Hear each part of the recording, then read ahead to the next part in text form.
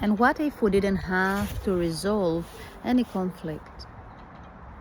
What if what we're gifted is the eyes of the earth as she's trying to communicate inside our ribcage, and with spring imminently blooming? What is it that keeps this earth, Gaia, creating? What is it? Despite the cycles, the destruction, the natural disasters, the snowdrop still cracks underneath the soil in the dark. And your human hands are moving to water the seeds so they bloom to life. Why?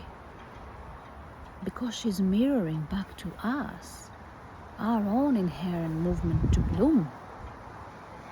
And that seed would not bloom without the crack, which is like a mini explosion, exactly how life begins in our own uterus, the moment the egg gets fertilized in a woman's womb. The moment that the earth, the universe, came into creation, the Big Bang,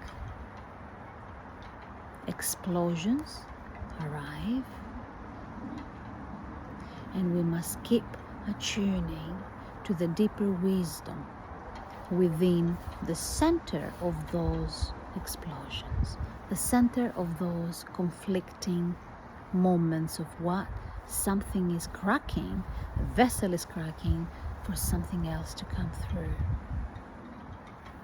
There perhaps may be more collective cracking that we're here to witness.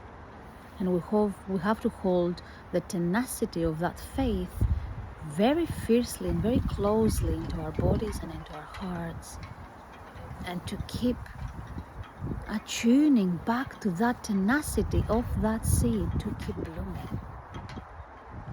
And now some environments are more fertile for some seeds to bloom than others. I'm talking for environments that are fueled with more privileges. And so we can pick up the hose in the garden and water the seeds of the neighbor's seeds. Yeah? If it's a dried land, we can offer a hand. I took my child to the dentist where I live the other day. And he had a huge meltdown, huge emotional, alive expression. And there were 4 adults around me in bystander witness. They didn't even lean with a very simple question to ask, what does he need? What do you need?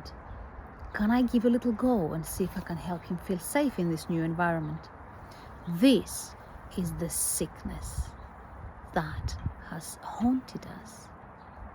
The illusion that we're separate from each other. The illusion that we have to keep perpetuating the business as usual, the do not interfere with the private life of another. Grace will force us differently. Nature will force us to start shattering that illusionary myth. What we need to cultivate now is the soil. In the Ancient Mother Spiral, the body of my work, I talk about the preparation of the soil, the gestation where we plant the seeds of fruition for our own evolution and our own development. As a we, not as an individual, as a species. I'm very much interested in the we. Can we keep dying to our shell and to keep being reborn for what wants to bear through? What life wants to bear through your soil? You see, the only reason we keep watering these seeds in our garden, in our home, is because there is a mirror back to our inherent tendency for wholeness. But what about your seeds? Where do you plant your seeds? And more importantly, where do you allow them to gestate? The darkness is very much pulling away from doing. Yeah, we are conditioned to do. And when we pull away from doing, we feel the swelling of the archetypal forces wanting to resolve within us. Our addictions come to the fore, our incapacity to exercise restraint, which is a quality we really, truly, I have a sense, might be invited to harness without our choice. So we better start now, better start early. Restraint. It's definitely something that I'm exercising lately, and so much has come up. That can appear like conflict, can appear like a dissolution, right? And through conversations with friends, it's just dawned on me today very clearly. We are obsessed at wanting to resolve conflict. We are addicted to resolution of conflict.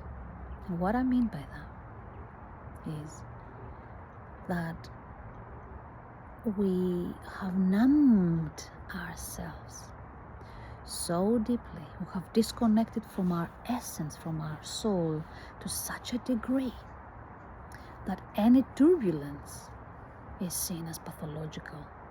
We have medicalized everything, we have pathologized everything, and we have forgotten the wilderness of nature, which is what we are.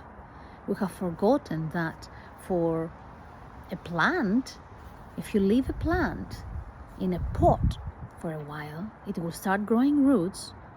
Possibly, my orchid did that, and I wrote a poem about it. You can find it in my book.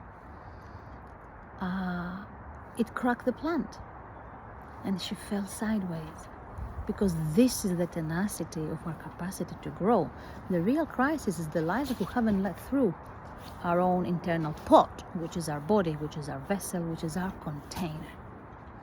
So it is time to keep harnessing this container, to keep harnessing the capacity to slow right down and to tune into what life wants to communicate, not from the linear mind, but from the transliminal, what Isabel Clarke said, what I call the liminal, fertile, what I call the fertile void of consciousness. Very fertile, very impregnated, just like life comes from that void of the uterus and builds creation and comes to life, the baby comes alive.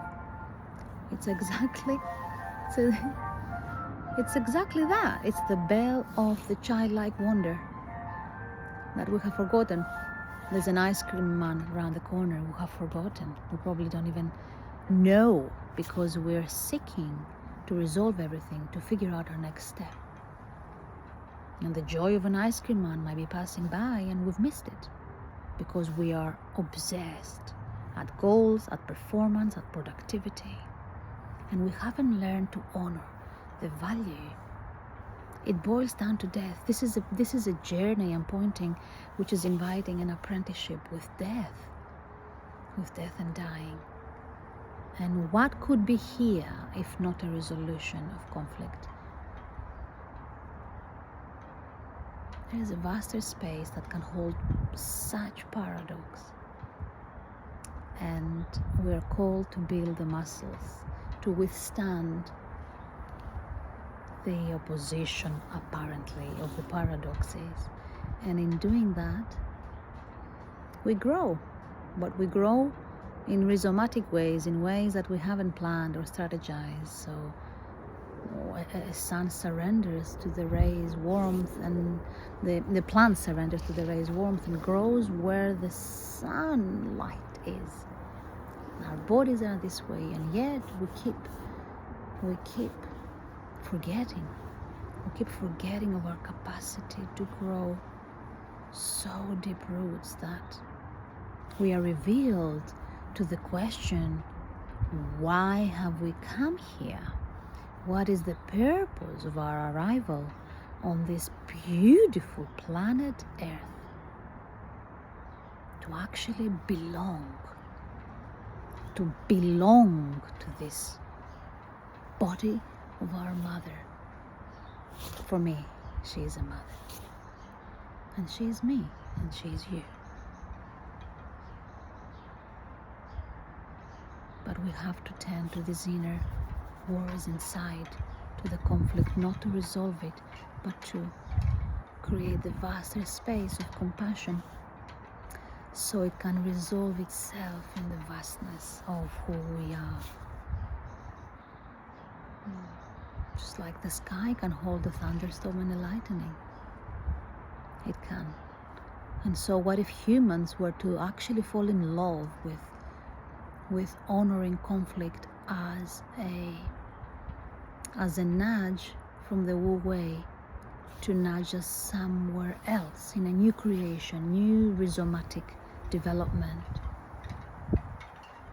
I have often dreams about such a world that through this process led resolution, Arne Mindel's work I'm thinking here, of conflict, something new comes to life. A new flight.